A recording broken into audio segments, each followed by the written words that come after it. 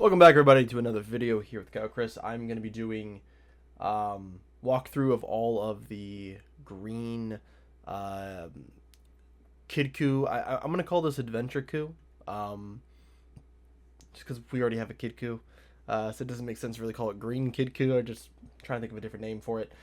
This leader is very interesting. Archetype cards are very. I feel like this deck's gonna be very archetype based, but we'll run through the cards and then we'll attempt to build a pretty, as of right now, what a list potentially could look like for this deck. So as always, make sure you like and subscribe if you guys do enjoy the content, and hopefully you guys are getting excited for Set 2027. So Son Goku here. We're activate main. We are a green mono green leader. Discard one mono green card from your hand, then add one card from your life to your hand, and then draw two. So you have to take a life, and then you draw two. You awaken at 6 life, where then you place up to one Bulma first adventure from your deck into the owner's drop, and then draw one. Now the other side is Goku and Bulma. First encounter, permanent. If your green adventure Bulma card is in play and rest mode, your green non-Bulma adventure cards can't be removed from the battle area by your opponent's skill. So this is very interesting.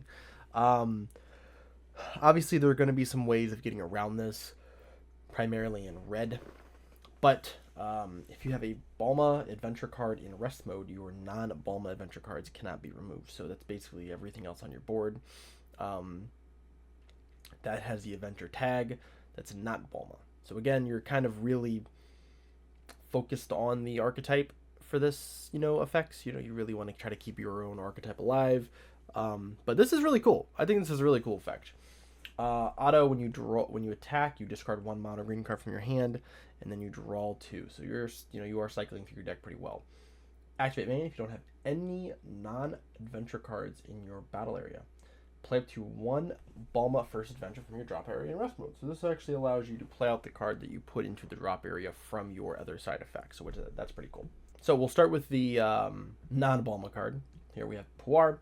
Changing shapes. Activate main. If your leader is a green adventure card, you choose one of your battle cards, place that card in the owner's drop, draw one, play this card from your hand, and then you get to choose up to one green adventure Yamcha card and return it to the owner's hand. Activate main. If your leader is a green adventure, play up to one green adventure card with any cost 6 or less from your drop on top of this card with the skills negated for the game. So this is really cool. So this actually allows you to cheat out cards from the drop area and also cycle a card. So like this is going to pop a card. I like this card a lot. This allows you to, and you'll see as we get into the archetype, but you can swing with a card, play the Puar, put that card in the drop area, draw the card, and then play the same card that you popped on top of this card in active mode. So it's almost like a dual attack type of card. So that's actually a really, really cool effect. A lot of work to just say dual attack, but it is what it is.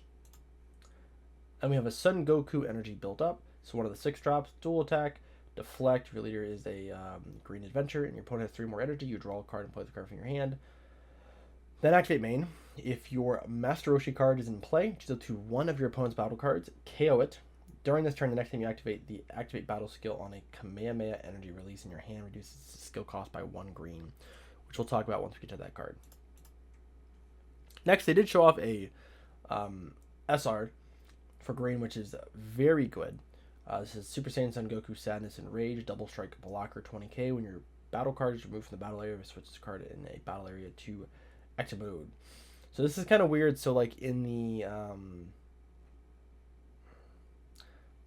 it's interesting. So if you're playing against so when your battle card is removed from a battle area, switch this card in a battle area to active mode. So this card, if somehow your opponent gains control over your own card, it does get switched to active mode. If your card is removed, it's kind of a weird how they have the wording. Activate main. If your leader is green and your opponent has 2 or more energy, choose up to one of your opponent's battle cards that costs 7 or less, KO it, then play this card from your hand. This is really good. This is a uninteractable charismatic villain for 1 energy that plays a double striker. It doesn't get to play in rest mode. But again, if you have the ability of removing a battle card from your battle area, this card will restand. Next, we have the Yamcha Adventure Companion. If your Puar card is in play. When this card attacks, choose up to one of your opponent's battle cards, KO it, then choose a card. Then choose one card in your opponent's hand and discard it. So this also allows you to have a little bit of hand destruction as well as a little more board removal. And then you can play it for, if your opponent has 2 more energy, you play this card from your hand and then you take a marker off of a unison. It's pretty good. Next, we have the super combo, which is the Chi-Chi. I don't think you would play this super combo. I think there's just better super combos to play in green. We have a Z battle card, or Z leader, I should say. Great Ape Son Goku, Hidden Power Rampage. You Z Awaken, you choose one of your battle cards and place it in your drop.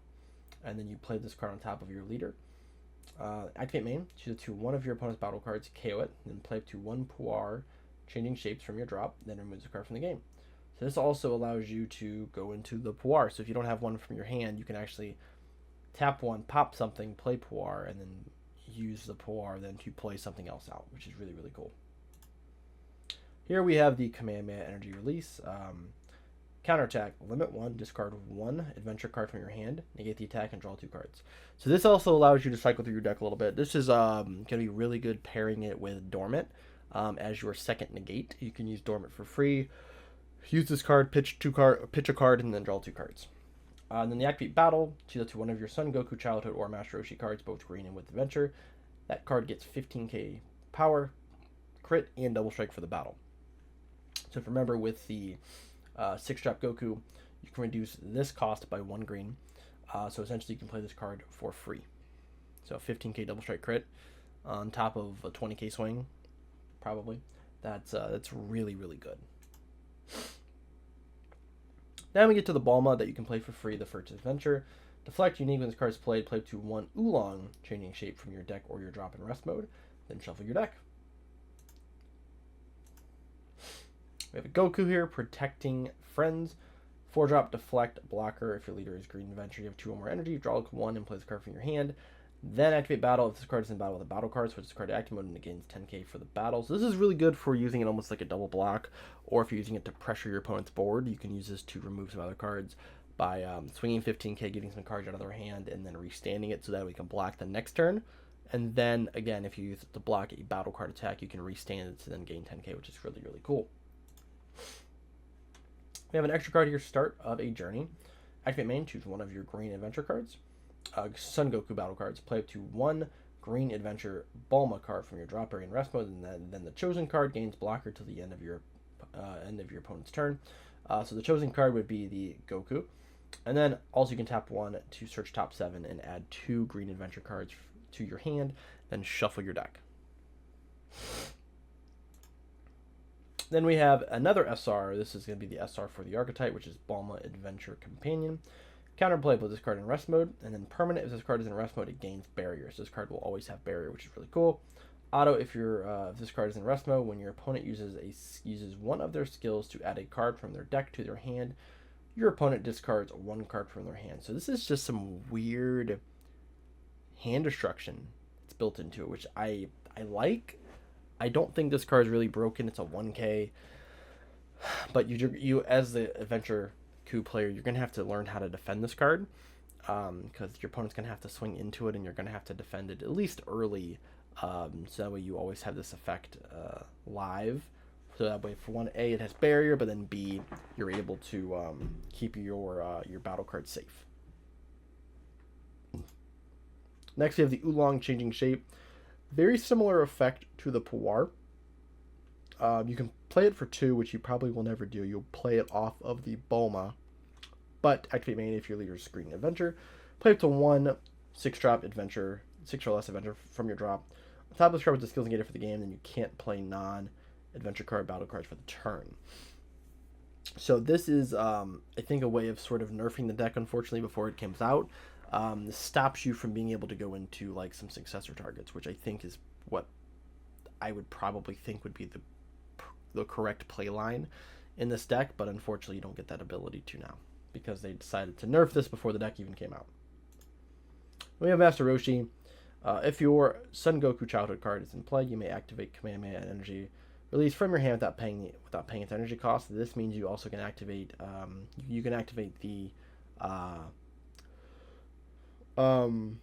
the negate portion of things for free, or you can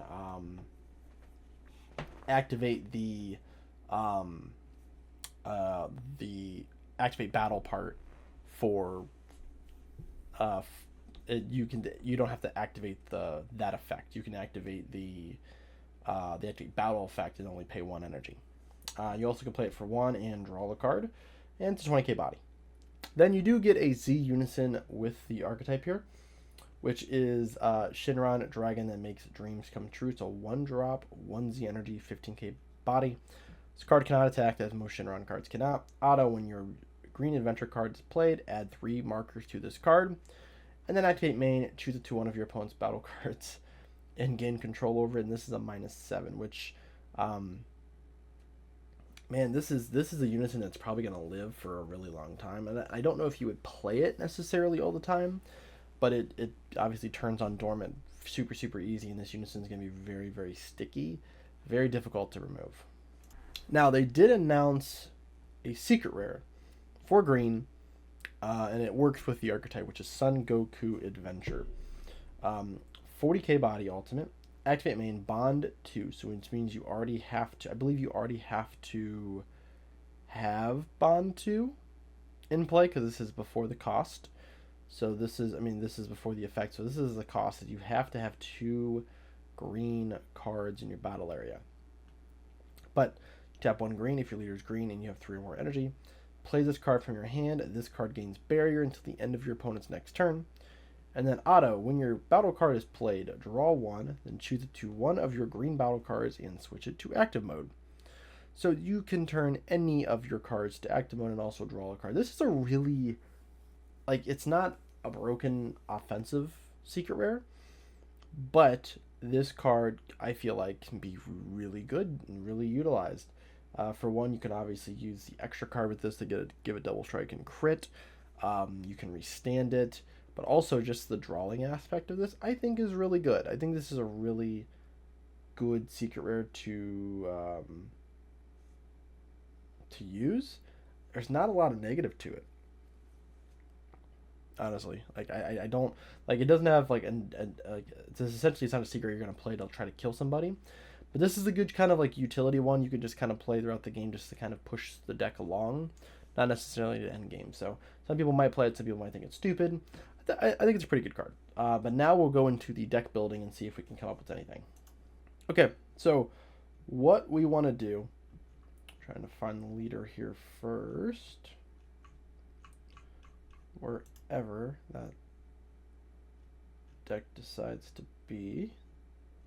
There it is. Okay, so what we're gonna do, we want to focus on 2 main key points for this deck. One, trying to add value outside of the archetype. I think it's going to be not necessarily difficult, but you do have to find certain things that work with it. I think I got some stuff in my mind already, but also trying not to pigeonhole myself into only playing the archetype, which is going to be very difficult to do. Also, this is a green Saiyan leader, so we have a lot of defense, but we want to make sure we're not over saturating the deck with a bunch of non-comboable cards. So we want to make sure we're limiting what we're using for extra cards. So we'll try to abide by those 2 rules if we can. All right, so we'll probably just start with the archetype. I mean, that makes the most sense. All right, we'll just grab the archetype cards, and let's just grab all of these. I don't think I'm going to use that. We'll start with the secret rare here. I'll just include 1 of each. This is really the best way of deck building, is just kind of adding the full archetype at the beginning, and then just kind of going through and adding your ratios as you go. So we got those. Super combo, my guess. Probably thinking Paragus. Paragus makes the most sense. Draw 2, warp 1. You can use Great Saiyan as well. If you want to put stuff back into your deck, I don't really think there's a negative for either one, honestly. And we do want to add our extra cards because we have a unison that we're going to play, and for one, we are a black deck. Not a black deck, a green deck. I'm so used to playing black, sorry. We are a green deck, so we want to make sure we're playing things like Dormant, which we have, and then Uneasing as well, just because, again, we're a green deck. You just kind of play these cards. All right, so we got those. Homicidal Clones, you probably could fit in here as well for now. It's spelled homicidal wrong, that's fine. Let's type in clones. Oh, it's because it's not a 1.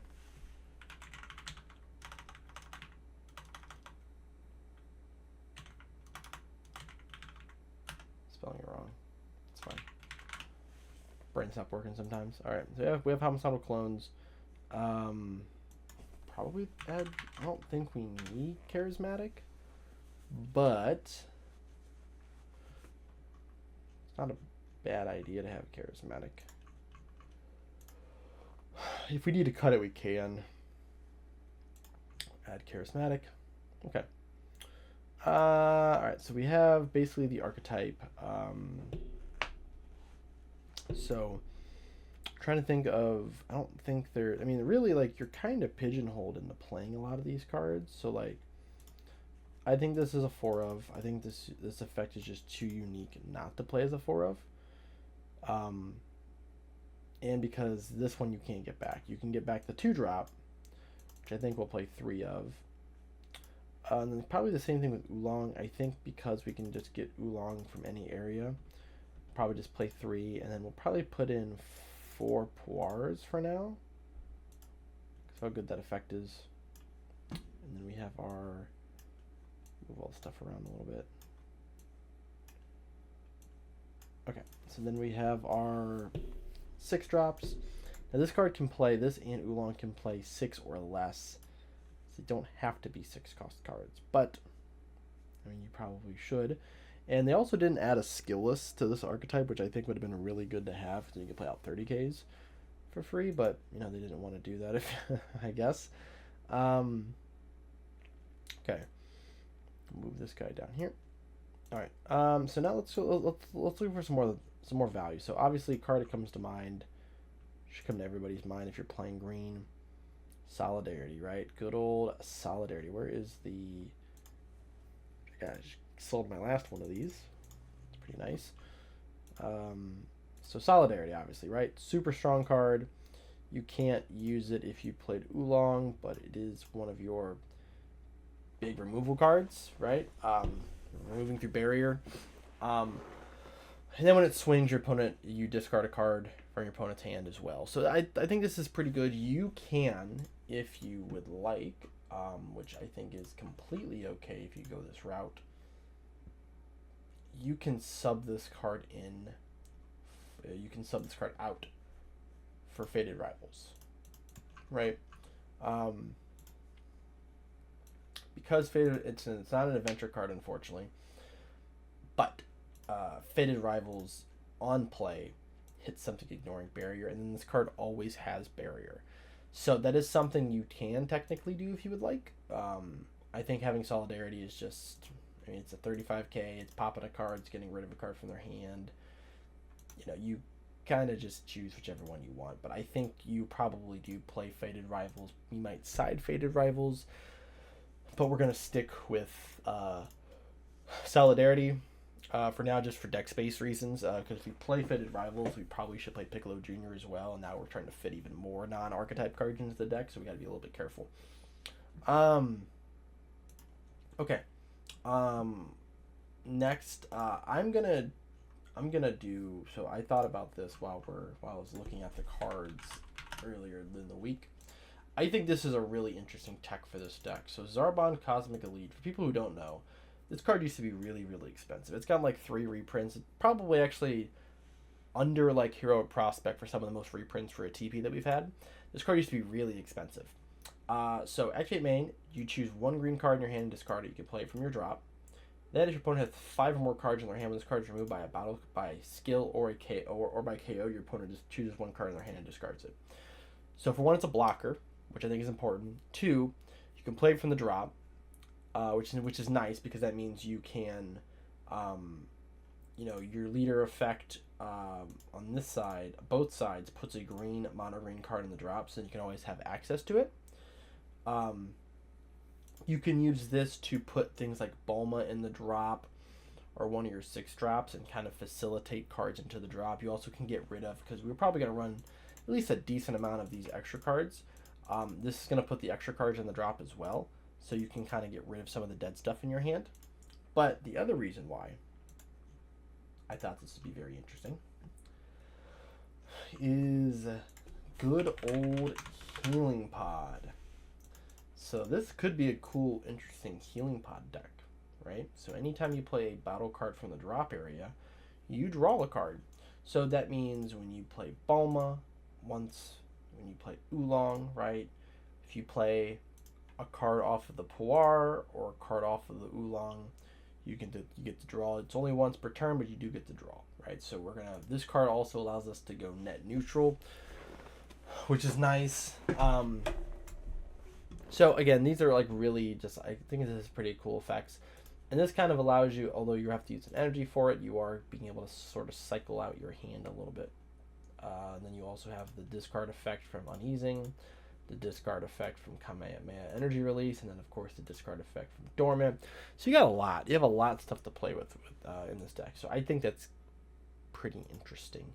I'm trying to think of like, I mean, we're almost at 50 cards here. We haven't even teched these cards up a little bit in value, so maybe we'll just stick with that for now. So now, out of these cards, I think the Goku's probably one of the better ones. Draws a card, it's dual attack. If you have the Roshi in play, you also can KO something, right? Roshi's pretty good. It's gonna draw us a card, and then also we can activate the extra card for free, or at least for reduced. So. This, and I might have misspoke at the beginning of the video, this makes the extra card cost 1, so you still have to pay the 1 up here, but you don't have to pay the 1 for the activate battle. This, with the Goku, makes it free.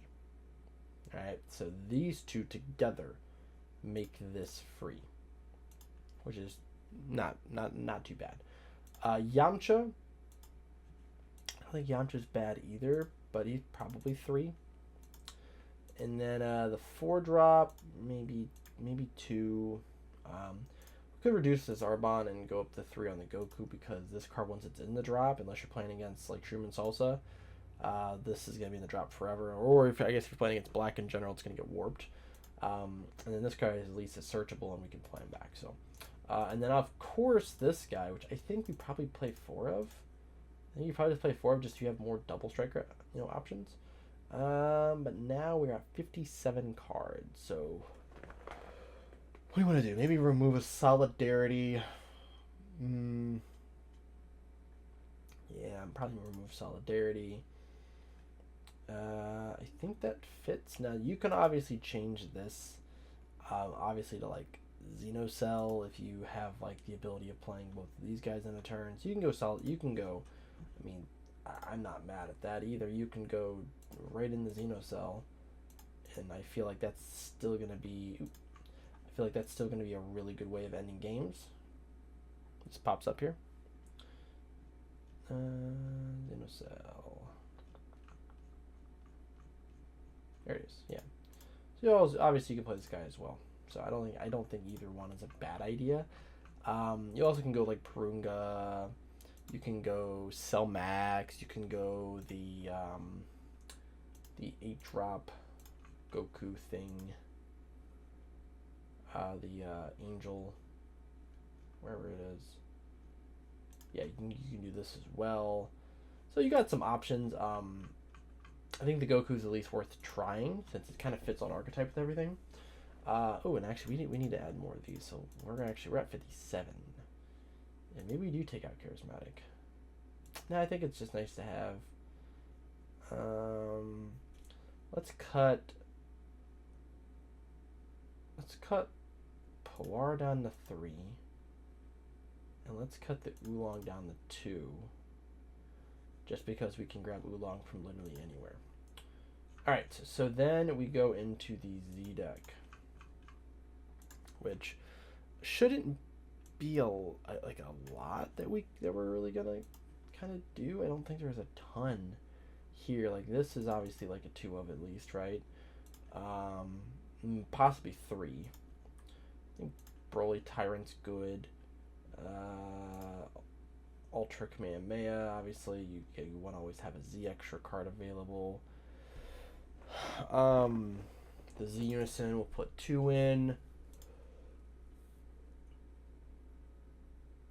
Bojack's not bad.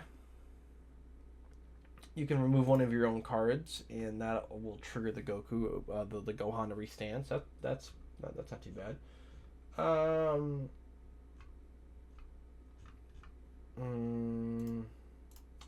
Ooh, actually, the Bardock Unison would kind of snap, because the Bardock Unison can turn any of your Earthling or Saiyans into blockers, and then also draw you a card. So I think this is probably like your go-to, right? I think that honestly becomes like, I think, one of your go-to Unisons. I think that's pretty basic there. I think this is a good place to crowd. Like I said, so we did focus a lot on the archetype. There's not enough. Like, there's a lot of generic good green cards, right? But your archetype is so, like, your deck is so revolved around getting the benefit from the adventure. So I don't think there's a lot of room for a lot of customized, battle cards. Like you could throw some stuff in. Like I said, I think the Fated Rivals is probably one of the better combinations you can do. That's not the adventure stuff. None of the Turtle School stuff works, unfortunately, because you can't like evolve on top of any stuff. So it's a little limiting there. But I think this deck is okay. This isn't a bad deck. I would honestly play this deck. This is a deck that I would 100% play. That's not a black deck. I think it's interesting enough. I think the Bardock Unison, I think this is going to get a lot of usage over this next set, especially when we talk about the next deck, which is going to be the Namekian deck. I think this deck has the potential. This card has potential to be really, really valuable. So, but that's the deck for you guys. Hopefully you guys enjoyed the video. Let me know what you guys think down below. If you guys are going to be playing this deck. If you guys think I missed something, let me know down in the comments below. And I will see you guys in the next video.